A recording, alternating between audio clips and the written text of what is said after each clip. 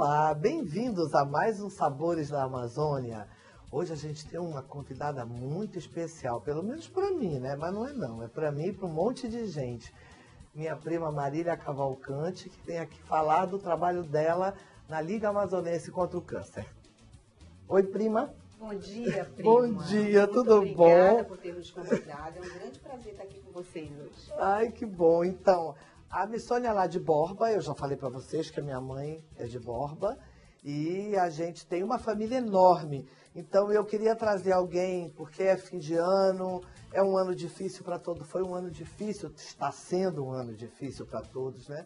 E principalmente para vocês que fazem esse trabalho de ajudar as pessoas e tentar angariar fundos, né? Então, assim, a minha ideia era trazer pessoas que fazem esse trabalho para que a gente possa ajudar também a fazer esse trabalho até o final do ano, para ver se vocês conseguem deixar a casa um pouco arrumada, tá? Ok, prima, nós agradecemos. Assim, a Liga Amazonense contra o Câncer tem toda uma história e a Selma faz parte dela. Não é porque somos primas, não é? Mas ela sempre se doou muito à nossa instituição. E então, nada mais justo do que estarmos aqui hoje com ela, porque admiramos muito o seu trabalho e ainda você nos dando mais uma oportunidade. De vocês, né? Esse ano a gente perdeu o H. Dias, que foi um dos fundadores, né? Que era o presidente da Liga, que fez sempre um trabalho excepcional. Para a gente falar sobre essa coisa boa que é ajudar o próximo, eu preparei um café da manhã pra gente aqui no nosso novo estúdio. Bem simples, né, prima? Poxa. Bem simples. Eu acho. Mas é um café da manhã meio caboclo, tá, gente? Então, assim. E vou preparar uma receita que a dona Zefinha fazia pra mim. Fazia pra gente quando a gente era criança, que era um omelete de ovo batido. É um pouco diferente desses que a gente faz na cozinha, é aquela moda cabocla. Então, no segundo bloco eu vou fazer esse omelete e eu vou passar agora só os ingredientes para vocês e a gente volta a conversar. Para preparar a omelete, você vai precisar de 3 ovos, 70 gramas de polpa de tucumã, 70 gramas de queijo coalho, 1 colher de sobremesa de manteiga, sal a gosto. Bom, prima, a gente vai falar sobre esse trabalho, mas antes, você é enfermeira, não é isso? Sou enfermeira oncologista da Fundação Secom, estou lá há quase 30 anos. Uhum. Decidi pela oncologia desde que saí da faculdade, me apaixonei e continuo encantada até hoje. Eu tenho uma sobrinha que também está lá agora,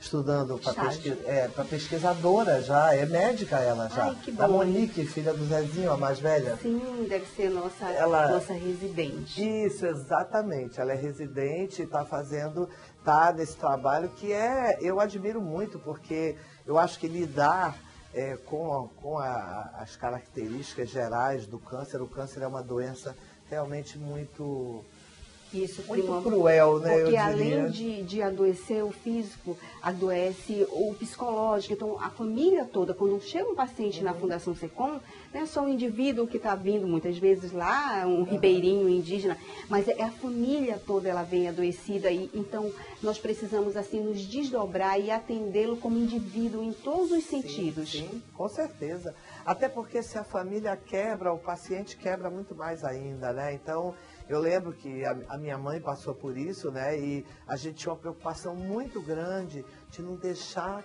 que ela parasse de sorrir. Então era assim, não importa o medo que a gente tivesse, era falando bobagem para ela o tempo todo, era jogando para cima. Não, mãe, não é nada, vai passar, tá desconfortável, mas vai passar. E graças a Deus ela está muito bem, sabe? Aí você imagina a Selma, assim, a tia Josefa, que é a minha tia mais velha, a mãe da Selma, irmã do meu pai, ela que é uma pessoa que ela tem condição, né? Vocês têm condição financeira. E aquela pessoa que chega doente na Fundação Secom, sem ter dinheiro nem para pagar o ônibus de volta. Então, além do psicológico abalado, né, tem a situação financeira. A vulnerabilidade. A vulnerabilidade. Isso então, desestrutura qualquer ser humano. O paciente com câncer, ele precisa de atenção, principalmente com relação à sua dieta, não é? A compra de medicamentos, a compra de itens necessários para a recuperação do quadro clínico. É aí que entra a importância da Rede Feminina de Combate ao Câncer e da LAC, da Liga Amazonense contra o Câncer. E para isso nós precisamos da boa vontade da sociedade amazonense. Sim. E que tem sido muito benevolente com a LAC, não é? Porque a maioria dos nossos contribuintes são as pessoas de classe média baixa, que muitas vezes doam 20, 30 reais, que seria muito necessário para o seu orçamento mensal, e ela está doando para o próximo. Eu lembro que há muitos anos, eu não sei há quantos anos eu faço doação para a LAC, mas eu acho que é desde o início. Eu acho que desde o início. Você é amiga do peito do Dr. H. Dias, você falou ainda há pouco dele, né? Dr. H. Dias, que nos deixou tanta saudade. Mas hoje o Dr. Jesus assumiu, é o novo presidente. O Dr. Jesus é maravilhoso. Então, ele é maravilhoso. O H. Dias estava lá por esses longos anos, muito grande de ajuda, pela amizade que os dois tinham, que os dois, na verdade, eram como irmãos. Então, o Dr. Dias, que era um advogado renomado em Manaus, assumiu essa responsabilidade a pedido do Dr. Jesus, esteve lá por esses longos anos. E agora, na sua ausência, como disse o Dr. Jesus, ele vive repetindo para a gente, como é que o H. Dias faz uma coisa dessa comigo, morre, nem me avisa. Ou seja, ele imediatamente... Eles eram muito queridos, os dois, viu? Então, lugares cativos lá no Zefinha, né? Nós sabemos até qual é a mesa que os dois sentavam. Estavam sempre lá, então, graças a Deus. Então é isso, prima, assim, a LAC está muito feliz de estar hoje aqui com vocês, porque mais uma oportunidade que nós temos de mostrar para a sociedade o trabalho que a gente desenvolve e o quanto nós estamos precisando de ajuda agora, nesse ano de crise, para colocar para funcionar a nossa hospedaria. Sim, eu vou falar sobre esse trabalho. Eu queria muito falar sobre as informações de suporte que vocês dão para as pessoas que vêm do interior, porque o nosso programa ele atinge esse público. E também quero falar assim, dessa questão mesmo do projeto novo, do que precisa e tal. Uma coisa que eu também quero tratar contigo é sobre dieta de pessoas com câncer.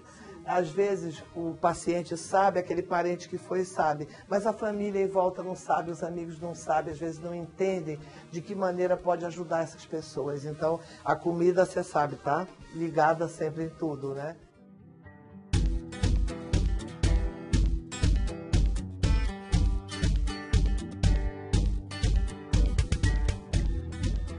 Bom, estamos de volta, vamos preparar a nossa omelete.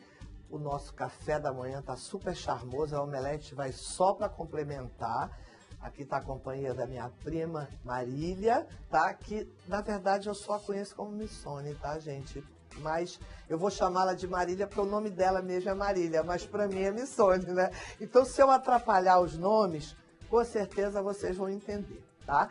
Então, vamos começar a fazer o omelete. Enquanto isso, prima, eu quero que você conte para mim que tipo de alimento é bacana, como é que funciona a alimentação de uma pessoa que tem o câncer, né? Na maioria. Eu digo assim, no geral, porque é lógico que há dietas específicas para cada tipo de câncer, né? Mas, no geral, tem alguns alimentos que protegem a gente. A comida é a nossa base, né?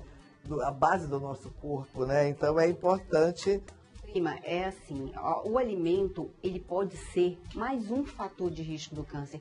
Por isso a importância das pessoas se alimentarem adequadamente.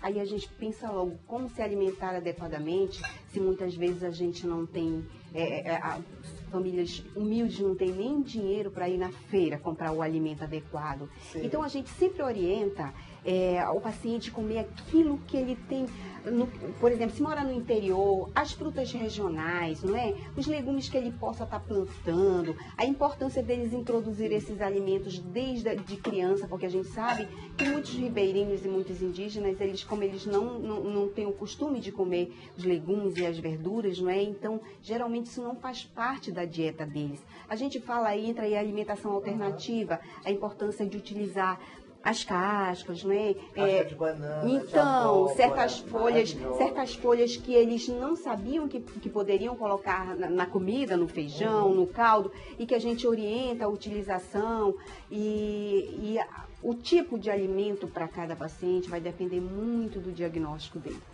não é? Se o câncer é do trato digestivo, que vai desde a boca até o ânus, então aí vai entrar toda uma alimentação adequada, a orientação da nutricionista nesse processo, né? Por isso que o hospital, a gente tem um serviço de nutrição que orienta. E em muitos casos, prima, a gente diz para o paciente que é para ele comer, principalmente aqueles que já são considerados fora de possibilidade de tratamento, que ele coma aquilo que ele tiver vontade. Não é? Muitos querem tomar um açaí ou comer um determinado tipo de peixe. Aí vem aqui, geralmente pessoas que têm história de câncer na família, mas não pode comer isso, não pode comer aquilo. E a gente diz, olha, coma de tudo um pouco que você tiver vontade. Desde que não seja um câncer de...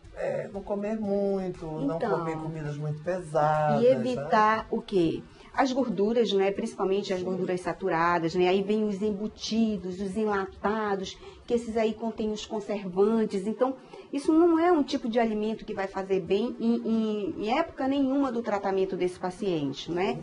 Mas geralmente mesmo a orientação nutricional vem de acordo com cada diagnóstico.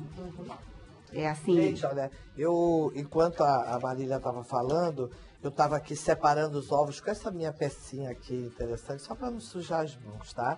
Isso é coisa de cozinheira, garota, que gosta de pecinhas diferentes. Eu separei aqui as 3 gemas, deixei aqui, e as claras que eu vou bater. A gente tem a opção de bater como a gente bate no beiradão, que é no garfo, tá?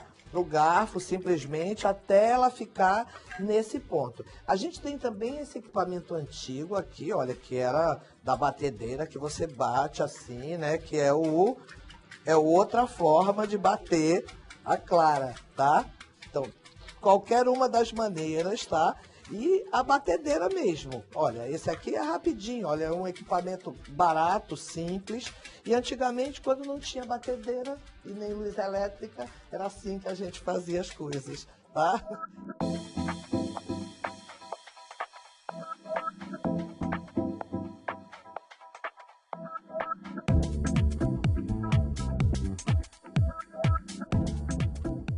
Bom, agora vamos uma colher de sobremesa de manteiga, tá?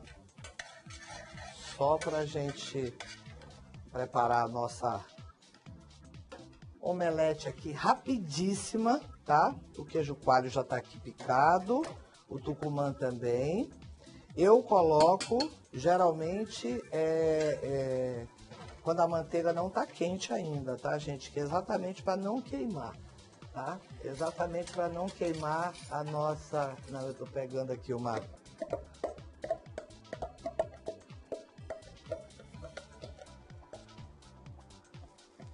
Ó, ele vai...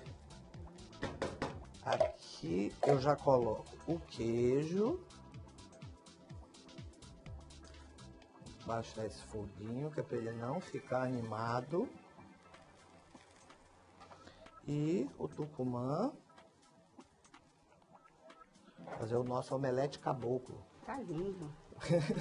deixar o sal, a gente pode colocar um pouquinho só. Esse aqui é um sal. Isso não é pimenta, isso é um sal negro.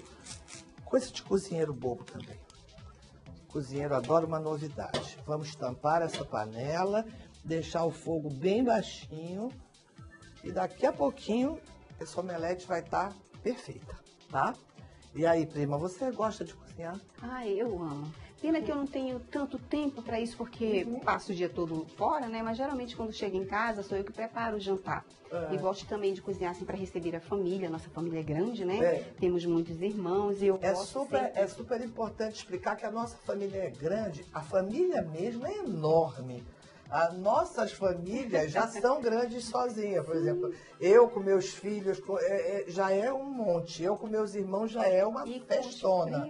Aí se juntar os primos, não tem. Muito grande. É tipo umas 300 pessoas, é pouca coisa. É verdade, família Holanda Cavalcante. É grande e animada e gosta de falar e adora comer.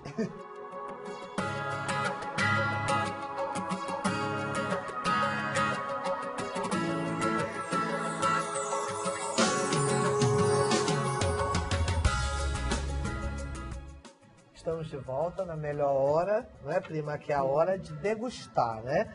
A gente vai provar essa omelete saudosa que a dona Zefinha fazia quando eu era pequena, tá?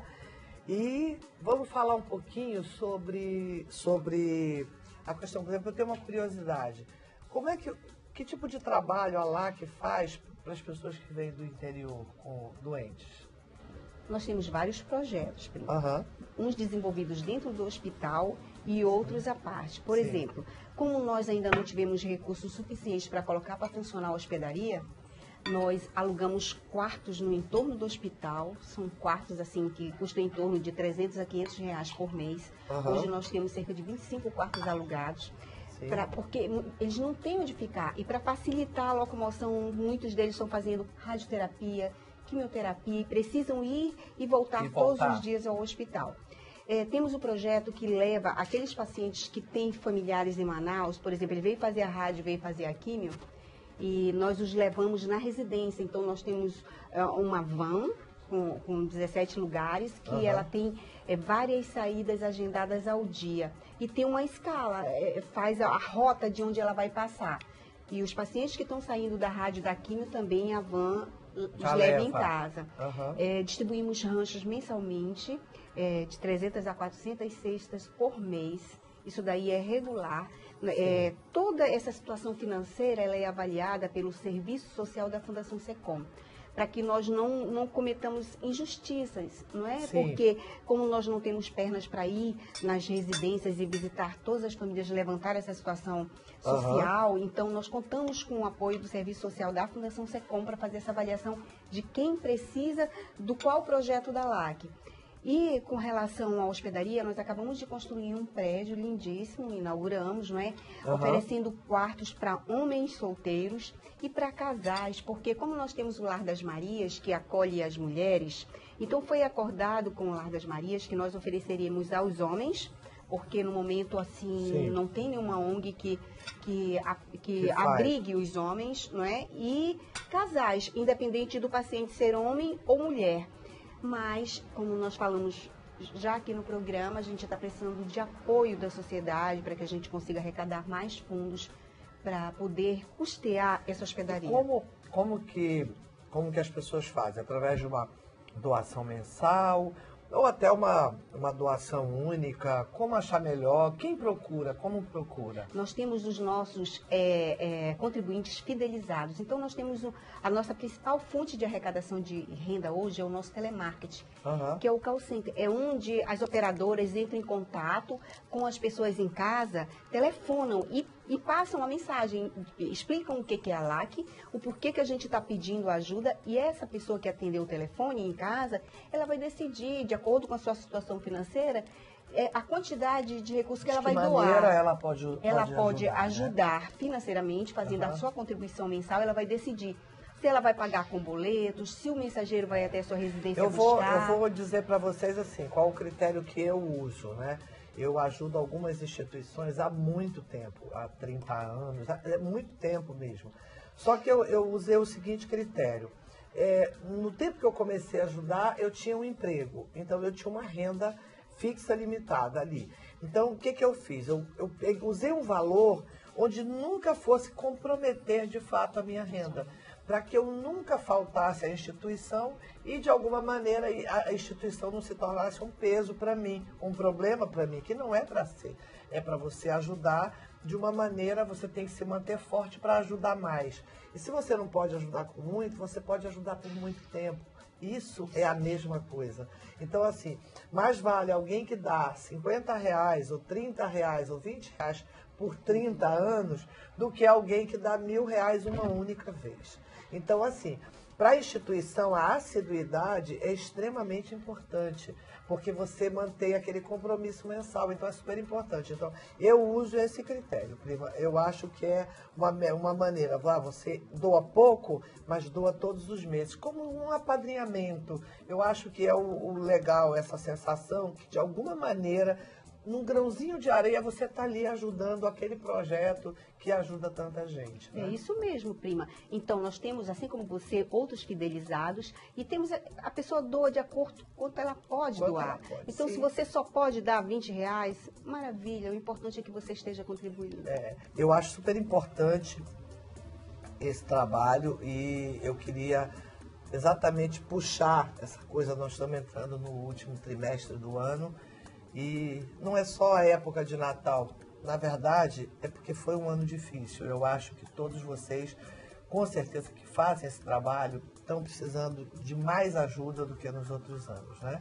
Sim, prima. Principalmente porque nós queremos abrigar essas pessoas, recebê-los na hospedaria, não é para dar mais dignidade, porque esses quartinhos alugados, eles não têm conforto, Sim. não é? Você acabou de falar no ar-condicionado, muitas vezes eles não têm nenhum ventilador, Sim. não é? Então, nós precisamos colocá-los na hospedaria antes do final do ano, e para isso a gente precisa da boa vontade. Você falou agora em aprendizado e muitas histórias, sim, nós aprendemos todos os dias, e o principal de tudo isso, prima, que eu aprendi assim enquanto enfermeira e enquanto voluntária é que para mim não bastava ser apenas a profissional que está desempenhando as atividades profissionais dentro do hospital. Então eu chegava em casa e eu ficava comovida e mexida demais com aquela situação dos pacientes que eu trazia para casa. O que adiantava eu prestar os cuidados e saber que depois eles sairiam do hospital e não teriam outros meios de comprar o medicamento, de se alimentar melhor.